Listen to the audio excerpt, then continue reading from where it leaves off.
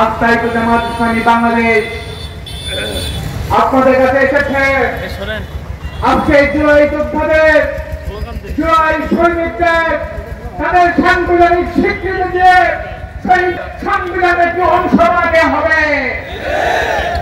আজকে অনেক নেতারা বলছেন, গতকাল দেখলাম একজন বলল জুলাইকে নাকি ক্ষমতায় আসার পরে অনেকে পরিবর্তন করে সংবিধানের অংশ বানাতে চান। আপনারা কেন ভুলে যান শহীদ প্রেসিডেন্ট তিনি 1977 সালে কোন সংবিধানের আলোকে, কোন নির্বাচনের মাধ্যমে, কোন রেফারেন্ডামের মাধ্যমে তিনি একটি প্রোক্লামেশন জারি করেছিলেন। তিনি জারি করেছিলেন স্পেশাল অর্ডারের মাধ্যমে। আজকে সেই স্পেশাল অর্ডারের মাধ্যমে আমরা কেন করতে পারছি না, এটা আমাদের চিন্তা করা উচিত। আমি দ্বিতীয় যে বিষয়টি কথা বলতে চাই, অতীতে আমরা বাংলাদেশে দেখেছি যখন এই জাতি সুষ্ঠু নির্বাচনের চিন্তা করতে পারত না, তখন জামাত ইসলামী বাংলাদেশ তত্ত্বাবধায়ক সরকারের ফর্মুলায় জাতির সামনে হাজির করেছিল। তখন আপনারা হেসেছিলেন, আপনারা ফান করতেন যে বাংলাদেশের মানুষ কেয়ারটেকার সিস্টেম বোঝে না, কিন্তু আলটিমেটলি এটাই প্রমাণিত হয়েছে এই বাংলাদেশে কেয়ারটেকার সরকার ব্যতীত কোনো সুষ্ঠু নির্বাচন অনুষ্ঠিত হয় নাই। আর বাংলাদেশে এই ক্রান্তি লগ্নে জামাত ইসলাম বলছে এই স্পিরিচুয়াল সিস্টেমের মাধ্যমে ব্রিটিশদের যে কলোনিয়াল রাষ্ট্রগুলোতে যে নির্বাচন অনুষ্ঠিত হয়, আজকে সেই সিস্টেমের মাধ্যমে দুনিয়ার বিভিন্ন দেশে ফ্যাসিবাদের জন্ম হয়েছে। এই ফ্যাসিবাদকে যদি রুখতে চায় বাংলাদেশে আগামী দিনে দুনিয়ার 100 অধিক রাষ্ট্রের নেয় এই বাংলাদেশের পিয়ার সিস্টেমের প্রয়োজন। আজকে তারা বলছে তারা নাকি পিয়ার সিস্টেম বোঝে না। পিয়ার সিস্টেম না বোঝার কিছু নাই। আপনি কত পার্সেন্ট ভোট পাবেন, সেই ভোটের আলোকে আপনি আসন পাবেন। বগুড়া জেলায় কয় পার্সেন্ট ভোট পাবেন, তার আলোকে আসন ভাগাভাগি হবে। এখানে না বোঝার কিছু নাই। কারণ না বুঝতে পারছেন না এই জায়গাতে এই বাংলাদেশে যেহেতু আসন পেয়ে ক্ষমতায় আসুক না কেন 40%-এর উপর সুষ্ঠু নির্বাচনে কেউ ভোট পায় নাই। আপনারা ভাবছেন আপনারা সর্বোচ্চ 40% ভোট পান, 35% ভোট পান, 100 আসন পার হবে, কিন্তু 35% নিয়ে 270 আসন, 250 আসন স্বপ্ন দেখেন। এই স্বপ্নের জন্য আপনারা কেয়ারটেকার সিস্টেমের মতন এই কেয়ার সিস্টেমটা আপনারা বুঝতে কিন্তু আমরা কোন সরকার লক্ষ্য নয়। আমাদের লক্ষ্য দেশ, আমাদের লক্ষ্য জনগণ, আমাদের লক্ষ্য দেশের কল্যাণ।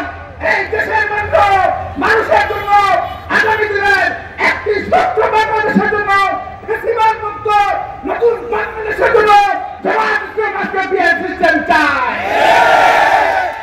আপনারা উচ্চকক্ষের কথা বলেছেন, আমরা না করি নাই।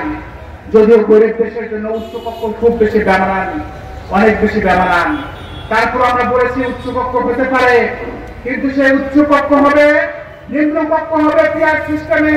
আমরা কত পার্সেন্ট ভোট পাবো, নিম্নকক্ষে তারা উচ্চকক্ষে আসন পাবে। কিন্তু আপনারা চান অতীতের মতো ওই যে মহিলা সংসদ সদস্য নির্বাচিত হয়, দেখে দেখে রিডিং করতে পারে না, এই স্টাইলে আপনারা উচ্চকক্ষ চাচ্ছেন। আমরা বাংলাদেশের মানুষেরই চাই না। আমরা বলেছি উচ্চকক্ষ আমরা চাই, কিন্তু উচ্চকক্ষে অতীতের মতো মহিলা সংসদ সদস্যদের মতো সংসদে বিপরীতে নয়। জনগণের ভোটে নিম্নকক্ষ হবে, তার আলোকে আমাদেরকে উচ্চকক্ষে আমাদের পিয়ার সিস্টেম সংসদ সদস্য দিতে হবে। সম্মানিত উপস্থিতি, আমাদের নামাজের সময় অত্যাসন্ন। আমার বক্তব্য দীর্ঘায়িত করতে চাই না, শুধু একটি কথা বলতে চাই, জামাত ইসলাম তার দলের জন্য আসে নাই, জামাত ইসলাম দাঁড়িপাল্লার জন্য আসে নাই, আমরা ডক্টর মুস্তাফা ফয়সালের জন্য আসি নাই। আমরা এসেছি একটি বাংলাদেশের জন্য, সোনার বাংলার জন্য, আগামী দিনের 18 কোটি মানুষের জন্য, এবং এক বাংলাদেশ হবে যে বাংলাদেশ ফ্যাসিবাদ মুক্ত বাংলাদেশ হবে। সেই বাংলাদেশের জন্য আমাদের পিয়ার সিস্টেমের প্রয়োজন। সেই বাংলাদেশের জন্য জুলাইয়ের সাংবিধানিক স্বীকৃতির প্রয়োজন। এই জন্য রাজপথে এসেছে, রাজপথ থেকে আমাদের দাবি আদায় করে আমরা ঘরে ফিরতে চাই। আপনাদের সবাইকে ধন্যবাদ। যাও না জাহাকাল বাতিল ইন্নাল বাতিলা কানা জাহুকা। আসসালামু আলাইকুম ওয়া রাহমাতুল্লাহি ওয়া বারাকাতুহু। আলহামদুলিল্লাহ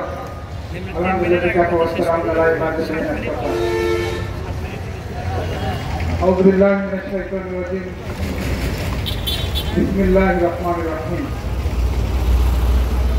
ওয়া তাসবিহু বিল্লাহি জামিআ ওয়া লা তাফাররাকু। সম্মানিত সভাপতি বাংলাদেশ জামায়াত ইসলামী